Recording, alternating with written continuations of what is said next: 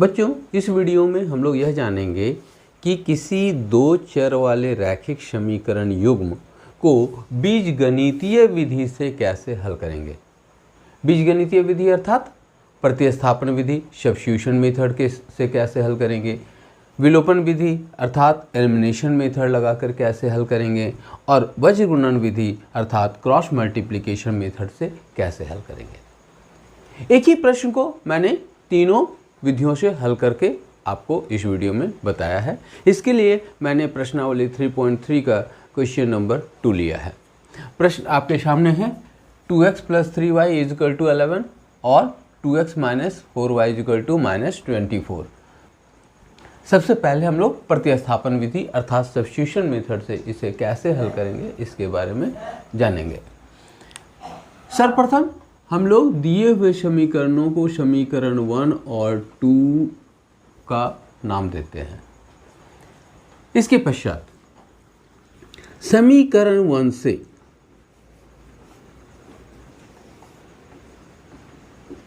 हम लोग y को x के टर्म में लिखते हैं या x को y के टर्म में, आप कोई भी कर सकते हैं। क्योंकि हम लोगों ने ग्राफीय विधि में देखा है कि y को x के टर्म में लिखना ज़्यादा आसान है, इसलिए y को x के टर्म में यहाँ पे लिख रहे हैं। y = कितना 11 - 2x/3 है ना। प्राप्त y का मान समीकरण 2 में रखने पर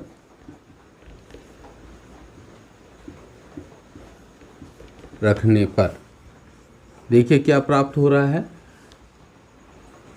2x - 4 × 11 - 2x/3 बराबर -24। और इसे क्या करना है, हल करना है। एलसीएम 3 3 दूनी 6x -4 × 11 - 2x बराबर -24। दिस इम्प्लाई 6x - 44 + 8x/3 बराबर -24। अर्थात हमारे पास प्राप्त हुआ 8 × 6 = 14, 14x - 44 = 24 को क्या किए 3 से गुना किए तो 24 दिया 72 -72। इससे क्या प्राप्त हुआ 14x बराबर -72 + 44 मतलब 8 4 12 2 बाकी 1 4 1 5 5 और 2 7 -28। इससे हमें प्राप्त हुआ x बराबर -28/14 बराबर -2। ठीक है। अब x का मान कहाँ रखने पर, x का मान इस y वाले समीकरण में रखने पर, इसको यहाँ पे x का मान y बराबर 11 - 2x/3 में रखने पर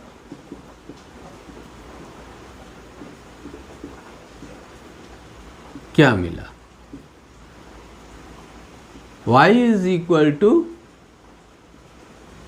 11 - 2 × -2/3 मतलब 11 + 4/3 बराबर 15/3 बराबर 5। ठीक है। इसलिए उत्तर क्या होगा, इसलिए हल सॉल्यूशन हल क्या हो गया, हल हो गया x बराबर कितना -2 तथा y बराबर 5। चेक कर लेना ना, चेक कर लीजिए।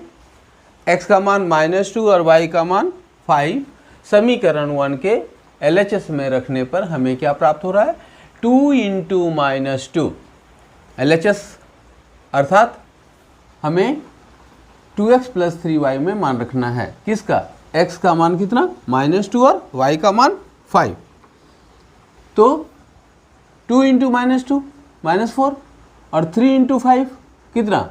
15। तो 15 में से 4 चला गया, कितना हो गया? 11। RHS आ गया, है ना। यह कौन सी विधि? प्रतिस्थापन विधि। इसी प्रश्न को दूसरी विधि से, दूसरी विधि कौन? विलोपन विधि, अर्थात एलिमिनेशन मेथड। कैसे सॉल्व करेंगे, इसके लिए क्या करेंगे, यह इस बोर्ड पर हम लोग सीखेंगे और जानेंगे भी। सबसे पहले दिए गए 2 चर वाले रैखिक समीकरण युग्मों का नामकरण करेंगे और इसे समीकरण 1 तथा समीकरण 2 का नाम देंगे। ठीक है, पहला समीकरण और दूसरा समीकरण। अब विलोपन विधि में क्या करना है, हम लोगों को 2 चर है ना, कौन कौन से चर हैं? x और y। यह देखना है कि ऐसी कौन सी चर है जिसके गुणांक समान है। अगर समान है तो क्या दोनों का चिन्ह है, उसको देखना है। मतलब चर के गुणांक अगर असमान हैं तो उसे समान बनाना है, और उसके लिए समीकरणों को कितना से गुना करेंगे, इसे अपने से ढूंढ लेना होगा। और इसको ढूंढने के लिए भी कैसे क्या काम करते हैं, तो पहले तो जो संख्या है, मतलब जैसे चर x है तो उसके जो गुणांक हैं वो जो भी संख्या है, जैसे इस प्रश्न में देखें चर x है और y है। एक पहले समीकरण में चर x का गुणांक 2 है और दूसरे समीकरण में भी चर का गुणांक 2 ही है, जबकि पहले समीकरण में y का गुणांक 3 है और दूसरे समीकरण में y का गुणांक -4 है। आप यहाँ क्या देख रहे हैं कि दोनों समीकरणों में चर x का गुणांक समान है, 2 है, और दोनों का चिन्ह क्या है? दोनों का चिन्ह प्लस है। इसलिए अगर हम इसको चाहें तब सीधा सा क्या करेंगे, घटाने पर, मतलब समीकरण 1 में से समीकरण 2 को घटाने पर। ठीक है, घटाने पर क्यों? क्योंकि हम x चर को क्या करना चाह रहे हैं? विलोपित करना चाह रहे हैं। विलोपित करने के लिए एक का साइन प्लस और दूसरे का साइन माइनस होना जरूरी है, ताकि प्लस और माइनस क्या हो जाए? रिमूव हो जाए, कैंसल हो जाए, 0 बन जाए, है ना। जैसे +5 -5 कितना हो जाएगा? 0 हो जाएगा। इसलिए अब यहाँ पर इसको जब घटा रहे हैं तो इसका चिन्ह तो माइनस हो गया और इसका चिन्ह क्या हो गया? प्लस हो गया, और इसका चिन्ह प्लस हो गया क्योंकि इसका चिन्ह पूर्व में माइनस था, यहाँ पे इसका चिन्ह माइनस था, इसीलिए वो प्लस हो गया। घटाने की क्रिया में हम लोग क्या करते हैं? चिन्ह को बदल देते हैं। जैसे आप ये सोचिए कि 25 में से 20 को घटाना है, तो घटाने के लिए क्या करते हैं? दोनों का चिन्ह भी क्या है? प्लस है। यहाँ पर हम लोग क्या करते हैं? एक घटाव का चिन्ह लिख देते हैं। ये करते हैं ना। सेम यही क्रिया यहाँ पर हम लोग काम कर रहे हैं। तो 2x में से 2x घट गया, क्या हो गया? 0 हो गया। 0 लिखना है क्या? नहीं लिखना है। तो 3 और 4 को ऐड कर दिया क्योंकि दोनों का चिन्ह क्या हो गया? प्लस हो गया। यहाँ पर चिन्ह प्लस कैसे हुआ? तो माइनस को क्या करना है? माइनस कैसे में बदल गया? एक बार फिर घटाएंगे तो प्लस हो जाएगा ना। इसीलिए तो 4 3 7y इज इक्वल टू 4 1 5 35। इससे क्या मिला? y is equal to 35/7 is equal to 5। इस कन्फ्यूजन को फिर से हम थोड़ा सा क्लियर कर दे रहे हैं। यहाँ पर क्या है? 3y - 4y हम लोगों ने क्या किया? चिन्ह को प्लस कर दिया। कैसे कर दिया उसको देखिए। हम लोग क्या कर रहे हैं? 3y में से -4y को घटा रहे हैं, क्योंकि यहाँ पे क्या लिखा हुआ? घटाने पर। तो 3y घटाओ -4y, ये ना घटाने पर ऐसे प्राप्त होगा। तो क्या प्राप्त हुआ? 3y + 4y। इसीलिए माइनस का चिन्ह क्या में बदल गया? प्लस में बदल गया, क्योंकि माइनस यहाँ पर 2 बार माइनस की क्रिया हो गई है ना, घटाने की क्रिया यहाँ पे 2 बार हो गई, इसलिए ये प्लस में बदल गया। यही चिन्ह प्लस होता है, इसीलिए माइनस को प्लस कर दिया जाता है और प्लस को माइनस कर दिया जाता है। टीचर लोग डायरेक्ट यही बताते हैं, प्लस जहाँ है वहाँ माइनस कर देना और माइनस जहाँ है वहाँ पे प्लस कर देना। क्यों? क्योंकि ये घटाने की क्रिया है। समझ में आ गया? चलिए, तो y का मान समीकरण किस में, आपको जिसमें मन करे उसमें लिख दीजिए। तो समीकरण 1 में रखने पर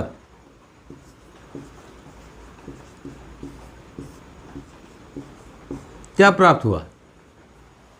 समीकरण 1 में देख लीजिए, 2x प्लस 3 × 5 बराबर 11। तो ये क्या हो गया? 2x plus 15 is equal to 11, इसलिए x बराबर क्या हो गया? 11 माइनस 15/2, -4/2, -2। इसलिए हल क्या प्राप्त हुआ? x बराबर -2, y बराबर 5। यही क्या हो गया? आपका उत्तर हो गया। अब हम लोग इसी प्रश्न को वज्र गुणन विधि अर्थात क्रॉस मल्टीप्लिकेशन मेथड की सहायता से हल करेंगे। क्रॉस मल्टीप्लिकेशन मेथड की सहायता से हल करने के लिए सर्वप्रथम दिए गए 2 चर वाले रैखिक समीकरण युग्म को इसके व्यापक रूप के रूप में लिखते हैं।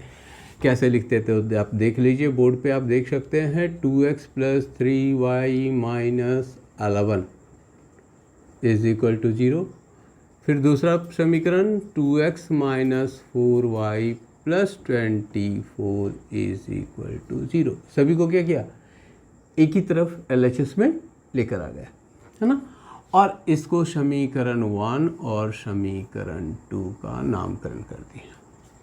अब देखिए, दोनों में, इन दोनों में देखिए, इन दोनों समीकरणों में यहाँ पर क्या कॉमन है? x कॉमन है, तो हम लोग यहाँ पर बीच में लिखेंगे x। इन दोनों में क्या कॉमन है? आप देख रहे हैं y कॉमन है, इसीलिए y। और इन दोनों में क्या है? ये दोनों कैसे हैं? अचर पद हैं। अचर पद में क्या कॉमन है? 1 है, ये 1 सभी में कॉमन होगा। अब क्या करना है? अब पहले x वाले को ढक दीजिए और y का गुणांक जो है उसको पहले लिखिए। तो y का गुणांक 3 हो गया और -4 हो गया, थोड़ी दूरी पर वैसे जैसे लिखा हुआ है। फिर क्या हो गया? कांस्टेंट पद मतलब टर्म, अचर पद, अचर पद को लिख दीजिए। फिर अब क्या करना है? y पद को ढक लीजिए, है ना।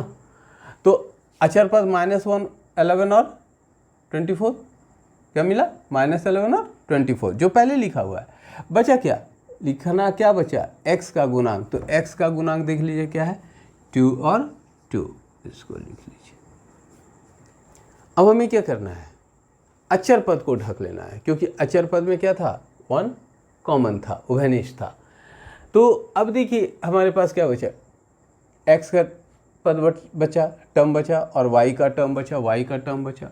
तो x का टर्म का तो गुणांक लिखा हुआ है 2, 2, और यहाँ पर y के टर्म का गुणांक अभी नहीं लिखा हुआ है, तो इसको यहाँ पर लिख लीजिए। अंत उसी से होगा। आप क्या देख रहे हैं? शुरुआत भी y के गुणांक से हुआ और अंत भी y के गुणांक से आया। पहले y का गुणांक, फिर अचर पद, अचर के पद के बाद x का गुणांक, और फिर x के गुणांक के बाद y का गुणांक।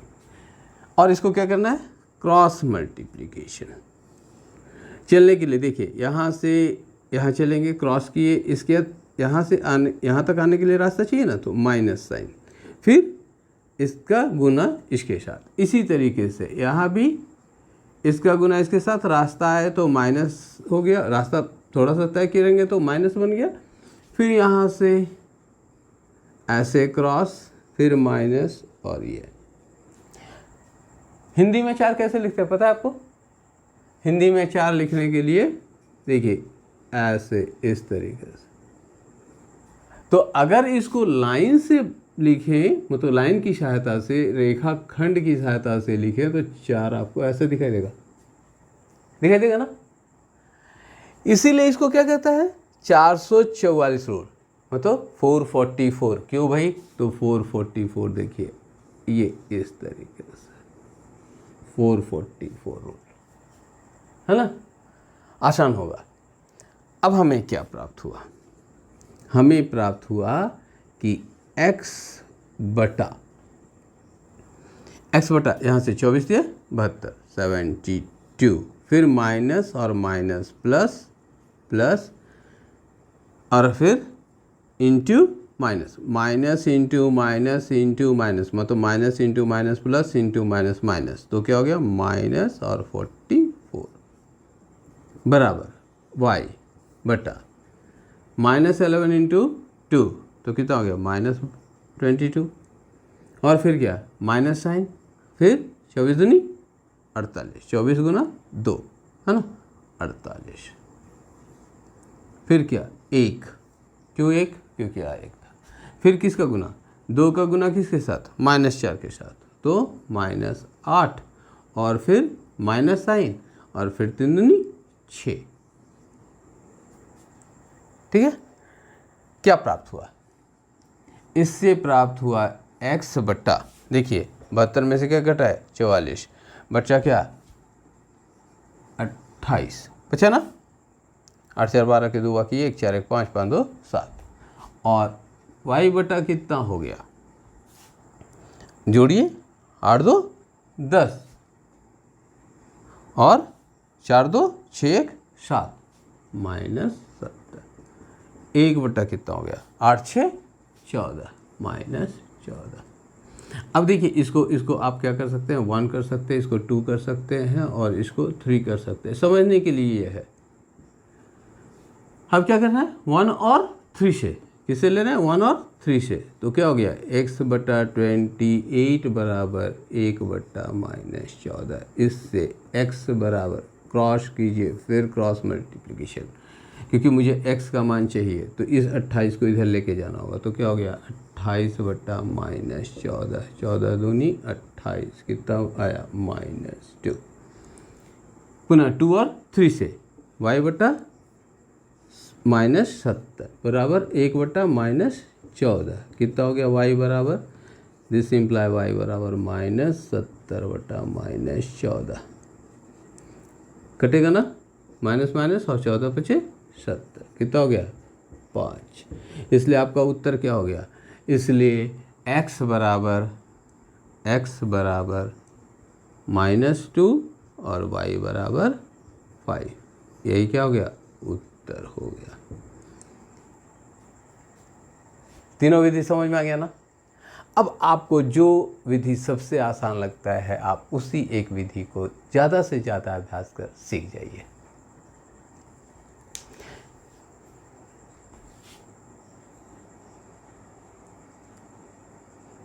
इस प्रश्न का एक और हिस्सा है, वह हिस्सा है कि इससे m का वह मान ज्ञात कीजिए जिसके लिए y = mx + 3 हो। हमें क्या करना है, m का वह मान प्राप्त करना है जिसके लिए y = mx + 3 हो। हम लोगों ने प्रत्येक विधि से यह पाया कि x का मान -2 तथा y का मान 5 है। अब क्या करना है, m का मान निकालने के लिए y का मान कितना पुट करना है 5, क्योंकि हल करने पर हम लोगों को यही उत्तर मिला था, और m तो पता नहीं, तो m की जगह कुछ नहीं m रहना है, और x की जगह -2 रखना है, प्लस क्या हो गया 3 हो गया, क्योंकि पहले से है। अब क्या हो गया 5 - 3 है ना, ये 3, इस 3 को LHS में लेके गए, यहाँ क्या हो गया -2m, ये 5 - 3 कितना 2 -2m। आप तो m का मान निकाल सकते हैं, तो m कितना हो गया 2 -2 क्यों, इधर से ये माइनस किया तो -2/2, या 2/-2, चूँकि नीचे हम लोग डिनोमिनेटर में माइनस नहीं रखते इसीलिए इसको ऊपर लेके गए, और ये कितना हो गया 1, तो इसलिए -1, अतः m का मान क्या हो गया -1, ए उत्तर हो गया। क्लियर है?